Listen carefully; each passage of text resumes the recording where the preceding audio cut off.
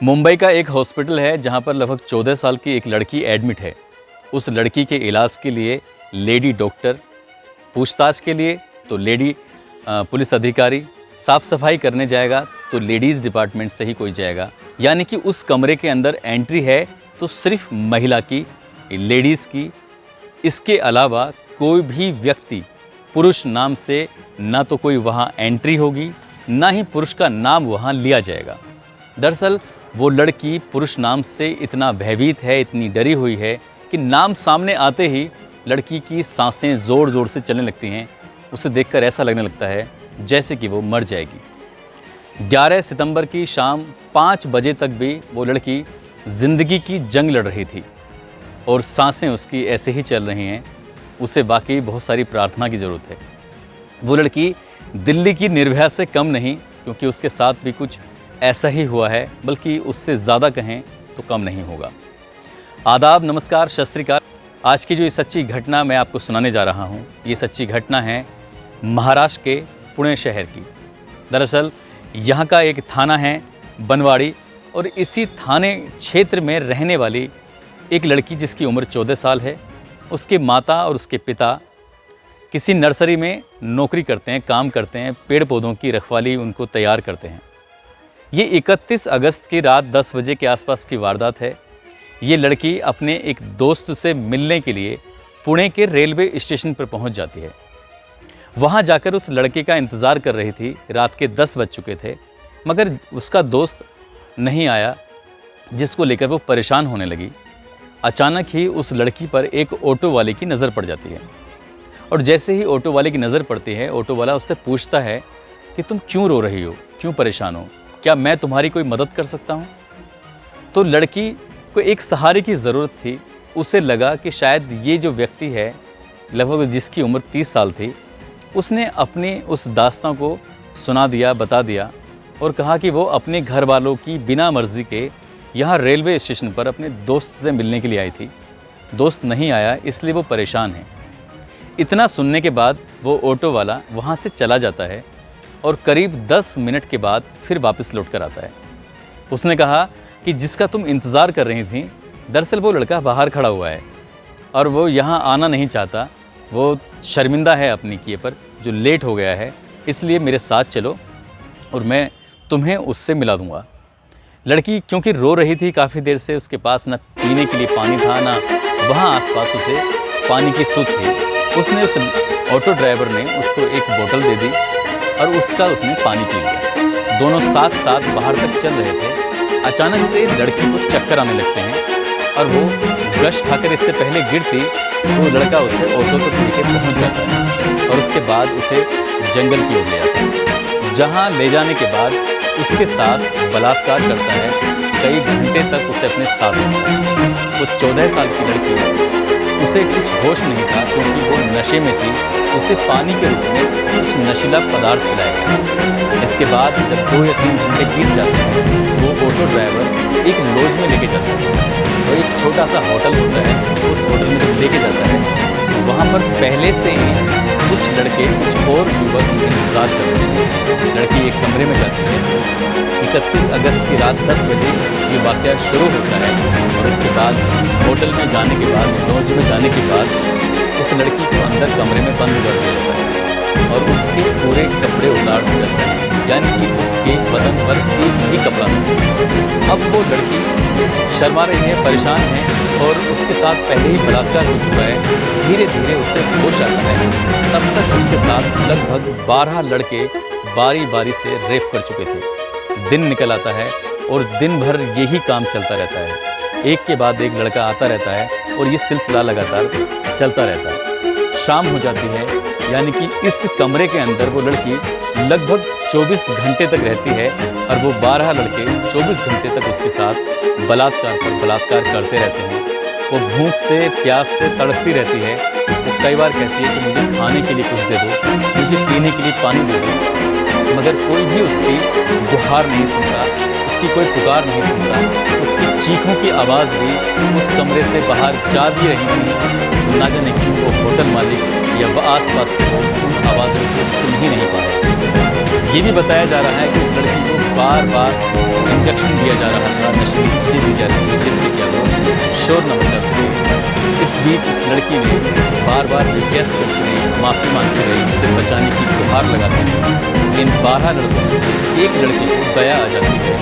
उसके बाद ये लड़का उस लड़की को ले जाकर मुंबई के दादर रेलवे स्टेशन पर छोड़ दिया। अब ये आरोपी 12 के 12 ये फरार हो चुके थे। उन्होंने सोचा कि शायद अब वो लड़की चली जाएगी। दादर रेलवे स्टेशन पर जाने के बाद वहाँ 2 सफाई कर्मचारी मिलते हैं और 2 सफाई कर्मचारी उस लड़की की हालत को देखने के बाद उसके साथ बलात्कार करते हैं। यानी कि अभी वो उन लोगों से बची थी कि 2 सफाई कर्मचारियों ने भी उसके साथ बलात्कार जैसी घटना को अंजाम दे दिया। दादर रेलवे स्टेशन के सफाई कर्मचारियों ने उसके साथ बलात्कार करने के बाद अपने पास काफ़ी समय तक रखा और एक ऐसी ट्रेन में बिठा दिया जिस ट्रेन की जो दिशा थी वो उत्तर की ओर जा रही थी। कई सौ किलोमीटर का सफ़र करते करते लड़की चंडीगढ़ पहुंच जाती है। एक कोने में डरी हुई सहमी हुई बैठी रहती है। इस बीच न जाने कितने लोग आते हैं जाते हैं, मगर किसी भी व्यक्ति की नज़र उस लड़की पर पहुंची ही नहीं। वो बहुत बड़ी परेशानी से गुजर रही थी। उसकी परेशानी किसी को दिखाई नहीं, ये भी किसी ने जानने की कोशिश नहीं की। 48 घंटे से ज़्यादा उसके साथ 12 अलग लोगों ने, 2 सफाई कर्मचारियों ने बलात्कार किया। उसके साथ इतनी दरिंदगी हुई थी, न जाने क्यों किसी की उस पर नज़र ही नहीं जा रही। जैसे ही ट्रेन चंडीगढ़ में जाकर रुकती है, एक जीआरपी का पुलिसकर्मी उधर से निकल रहा था। अचानक उस लड़की को देखकर पल भर में समझ जाता है कुछ तो गड़बड़ है इसके साथ। तो उस लड़की से कहता है कि तुम परेशान हो, मैं तुम्हारी कुछ मदद कर सकता हूँ। मगर वो लड़की पुरुष जाति के नाम से डरी हुई थी, घबराई हुई थी, क्योंकि वर्दी में भी तो एक पुरुष ही था। उसे लग रहा था कि हो ना हो ये भी उसे ले जाकर उसके साथ बलात्कार करेगा। वो लड़की चंडीगढ़ उतर जाती है क्योंकि उस ट्रेन का लास्ट स्टॉपेज जो था वो चंडीगढ़ ही था।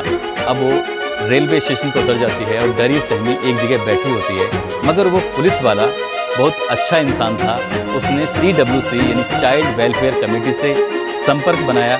वहाँ की एक महिला अधिकारी तत्काल मौके पर पहुँची, उस लड़की को खाना खिलाया, उसे अपने पास बिठाया और घंटों तक उसको दुलारती रही, पुचकारती रही। एक माँ की भूमिका में उस महिला अधिकारी ने उसका कुछ ही घंटों में दिल जीत लिया।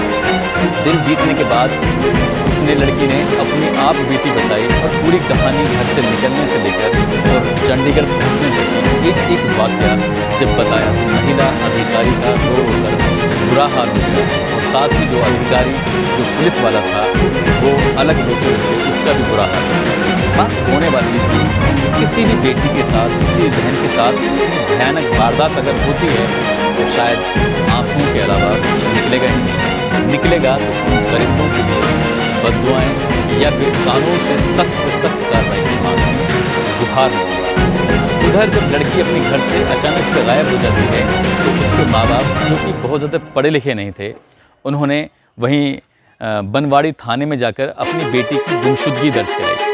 लेकिन पुलिस यहाँ की भी बाकी बहुत अच्छी थी।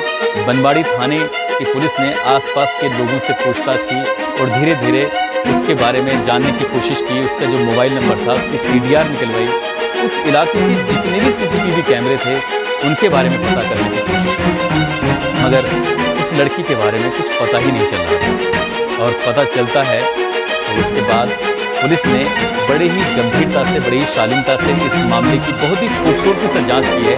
यानी कि इस पूरी कहानी में पुलिस की जितनी तारीफ की जाए उतनी ही कम है। जैसे ही चंडीगढ़ की पुलिस मानवाड़ी पुलिस से कांटेक्ट करती है तो उसके बाद यहाँ से उस लड़की को हवाई जहाज़ के माध्यम से मुंबई लाया जाता है और मुंबई लाने के बाद उसको हॉस्पिटल में एडमिट कराया जाता है। जितना भी स्टाफ है टोटल महिला स्टाफ ही उस लड़की के इलाज में, उसकी खिदमत में, उसकी हर ज़रूरतों को पूरा करने में लगा हुआ है, क्योंकि वो लड़की पुरुष जाति नाम से डरी हुई है, घबराई हुई है। इसके बाद पुलिस ने जो अपने मामले की जांच पड़ताल शुरू की है तो 100 से ज़्यादा CCTV कैमरे को खंगाला गया और खंगालते आखिरकार पुणे के रेलवे स्टेशन पर एक ऑटो जाता हुआ मिलता है। उसी में वो लड़की थी और उसी ऑटो का नंबर उस CCTV में कैद हो जाता है। पुलिस ने उस आरोपी को, जिसकी उम्र लगभग 30 साल थी, उसको गिरफ्तार किया, उसको पकड़ा और एक एक करके जितने भी लोग थे, यानी कि 12 के 12 लोगों को पकड़ा। उसके बाद इस लड़की ने जो बताया था, अपना बयान दिया था दादर रेलवे स्टेशन का, उन दोनों सफाई कर्मचारियों को पकड़ा। फिलहाल पुलिस ने अभी तक इस मामले में 16 आरोपियों की गिरफ्तारी की है, जो इस केस से सीधे तौर पर जुड़े हुए हैं। मुंबई पुलिस की प्राथमिकता है कि इस मामले को फास्ट ट्रैक कोर्ट में चलाया जाए, ताकि अगले 10 से 15 दिन में या लगभग 1 महीने में इस केस में निर्णय आना चाहिए और जितने भी दरिंदे हैं, जितने भी आरोपी हैं, सबको फांसी की सज़ा कम से कम होनी चाहिए। मैं सैल्यूट करता हूँ उस पुलिस को जो जीआरपी पुलिस का सिपाही था, और मैं उस सैल्यूट करता हूँ उस महिला को जिसने इस लड़की का दिल जीता, जिसने उन लोगों को हॉस्पिटल में पहुँचाया। और मैं सैल्यूट करता हूँ उस पुलिस को जिसने इस मामले को मैच 5 या 6 दिन में खोलकर सबके सामने रखा। ये कहानी आपको ज़्यादा न्यूज़ चैनलों पर या फिर ज़्यादा अखबार में देखने को नहीं मिलेगी, क्योंकि मीडिया की जो जिम्मेदारियाँ होती हैं वो कम पूरी कर रही है। वाकई ही इस खबर को उठाने की ज़रूरत थी, लोगों को सचेत और जागरूक करने की ज़रूरत थी, उस बेटी को न्याय दिलाने की ज़रूरत थी, जो शायद मीडिया इस मामले में दिलचस्पी नहीं ले रहा है। इस कहानी को सुनाने का उद्देश्य भी किसी को परेशान करना नहीं है, किसी का दिल दुखाना नहीं है, बल्कि आपको सचेत करना है, आपको जागरूक करना है। आप जहाँ भी रहें अपना ख्याल रखें, सुरक्षित रहें। जय हिंद, जय भारत।